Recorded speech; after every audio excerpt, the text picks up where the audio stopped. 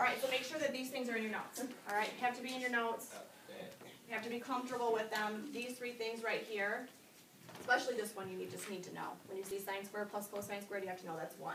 These two things right here, as long as you have them in front of you, you have to be able to use them. All right, now I would like to talk about these three in more detail because sometimes it will show up sine squared plus cosine squared, and you just have to recognize that those two things added together give you 1. But sometimes they're not going to show up like that. They're going to show up differently. So we need to talk about how else might you see this. So I want you to add that to your notes. If you have sine squared plus cosine squared and that's 1,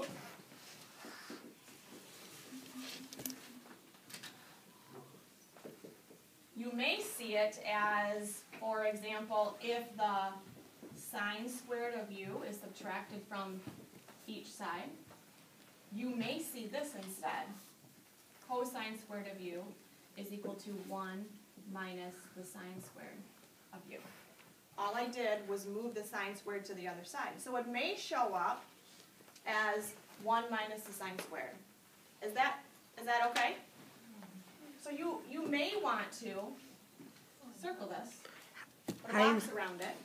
How do you know when to stop or when to even Well, that's what you're going to have to get comfortable with. You're going to have to just practice, and sometimes you're going to, like I think I said before when we were working with identities, sometimes you might try something that might not work. That doesn't mean you stop and say it doesn't work. You try something else. So there is no magical way other than to just practice, and sometimes it takes me 3 or 4 tries before I can figure out what I'm supposed to do with it too. So it may show up like this, but if cosine squared is equal to 1 minus the sine squared, what do you think sine squared is? 1. Yeah, if you were to solve for sine squared, you would subtract cosine squared from each side. So 1 minus cosine squared of u. You may see it like that also. So if this happens to show up in an identity, 1 minus the cosine squared, what are you going to replace 1 minus the cosine squared with? Yes, you're going to replace it with sine squared. Okay. All right, so we have cosine or sine squared plus cosine squared is 1, and then we have these two variations of it also. So now what I would like you to do is look at this one. 1 plus the tangent squared equals the secant squared. 1 plus tangent squared is equal to secant squared. Let's try to move this around a little bit.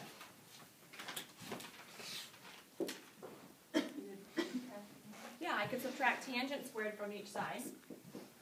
So if I subtract tangent squared, I'm going to have 1 equals secant squared of u minus the tangent squared of u.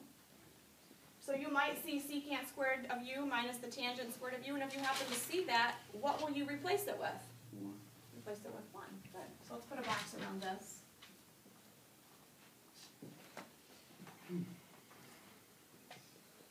You also might see this.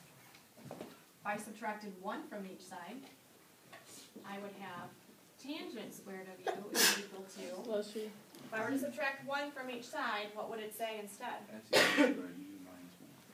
Secant squared of u minus 1.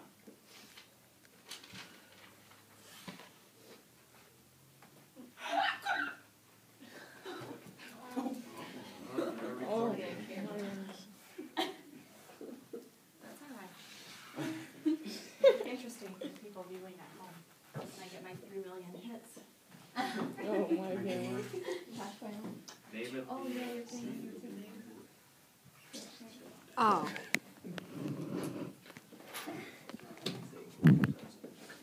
all right, cofunction identities.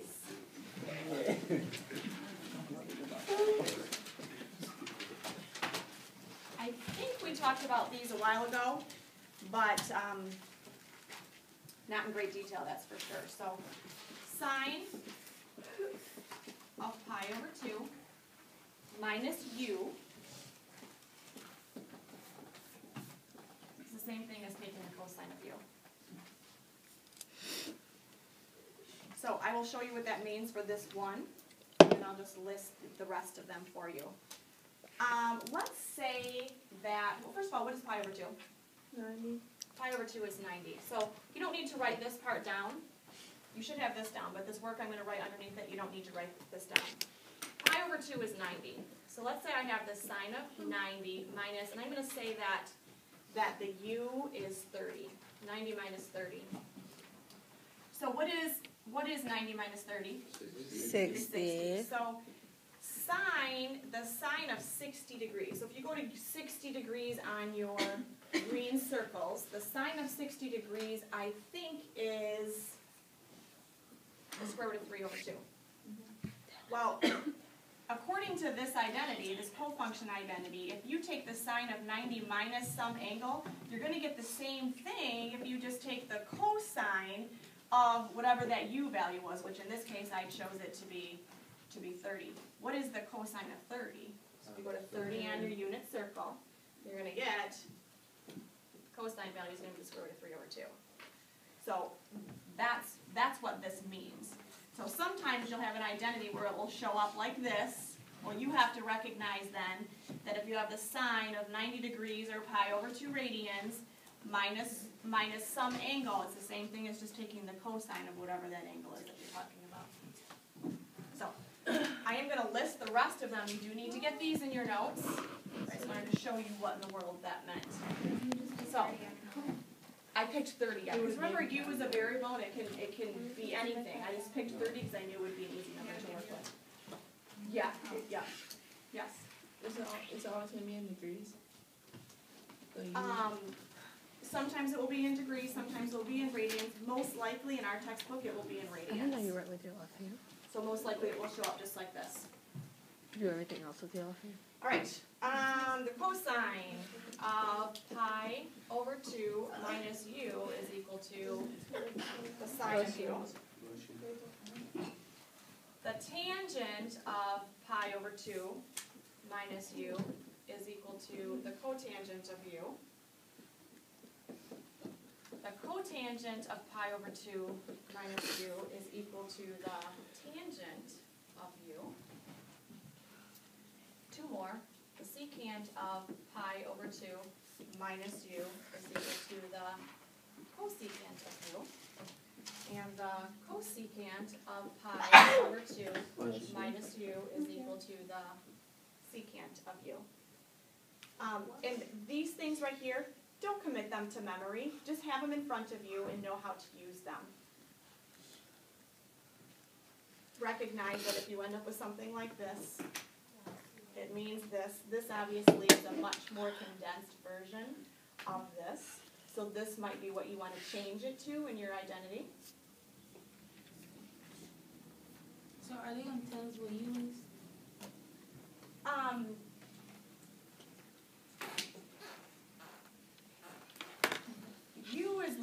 U is like an X. When you're working with identities, you don't usually actually use. Put the number in. You don't actually put a number in it. You just leave it an X. So if I give you an identity that I want you to condense and it has this in it, you may want to replace this with this instead, because this is just less stuff going on in it. Okay? So, all right. There's a few more identities that I would like you to recognize, even and odd identities.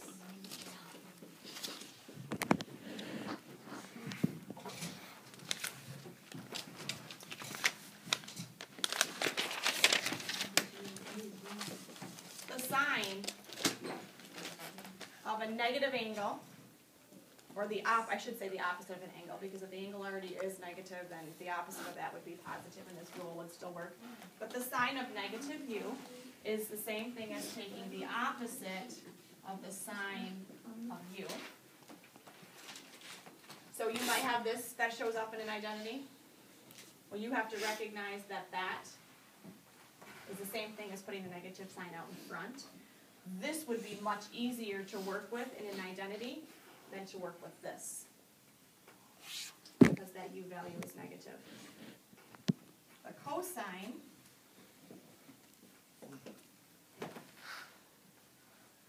of a negative u is the same thing as the cosine of u. So when you take the cosine of the opposite of some angle, that's the same thing as taking the cosine of if this one right here is negative, if you take that's the same thing as taking the cosine of the opposite angle. Would you like me to show you an example of how that works, what that means? Yeah. Okay. So let's take the cosine of negative 30. So if you could you guys get out your unit circles quickly? You don't need to write this down, I'm just going to show you what I'm talking about here. Take the cosine of negative 30 degrees. In other words, you start at 0 and you head in opposite, you head in a clockwise direction to negative 30. What is the cosine of, really what we're talking about is, how many degrees are we talking about? 330 degrees. What is the cosine of 330 degrees? It is the square root of 3 over 2. All right?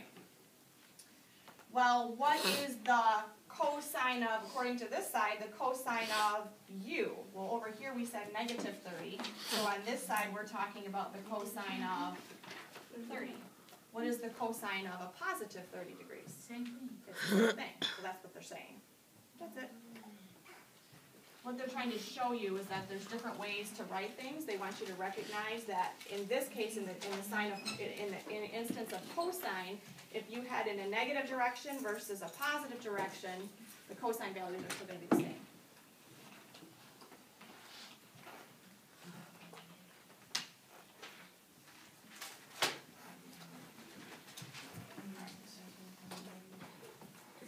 The cosine of u, cosine of some positive angle, never mind, the tangent, sorry guys, the tangent of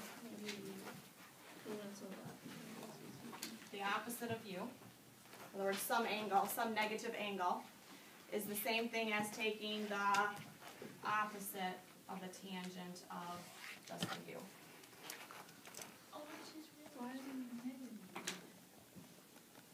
Say that again?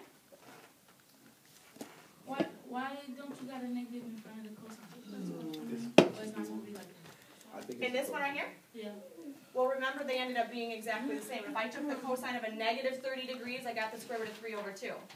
Well, if I take the cosine of a positive 30 degrees, I got the square root of 3 over 2. So they ended up being the same thing. Is sine the same way too? Nope, the sign is not. So if I take... so it's supposed to be like that? Okay. Yeah, it is supposed to be like that. Do you guys want me to show you what's happening with this one? No, do you just have to take the opposite of what you get from the negative Yes. sign? So, with your unit circles out right now, what is the sign? What's the sign of negative 30 degrees? The sine of negative 30 degrees is equal to negative 1/2, right? Okay, well what is, ignore the negative right here, what is the sine of a positive 30 degrees? Sine of a positive 30 degrees is a positive 1/2. They don't match, So take the correct? opposite. But if I put a negative in front of it, then I get a negative 1/2. Now they match. That's why the negative's there. Yes? Gotcha. All right, cosecant of the opposite of u is equal to the negative cosecant of u. And I explained these two. The same thing happens when you're doing these. So I think we're going to just accept that at this point. There's only 2 more. And like I said, you guys, you don't need to memorize these. Just know where to look if you need them. So secant of the opposite of u is equal to the secant of u. And the cotangent of the opposite of u is equal to negative cotangent of u. Now we're going to use these. And this is your first example. We're not necessarily going to get into a lot of showing that one side is equal to another side or simplifying today, but we will soon. This is an example. It's only. All right, let's say that you know that the secant of u is equal to negative 3 over 2. And you know that the tangent of u is greater than 0.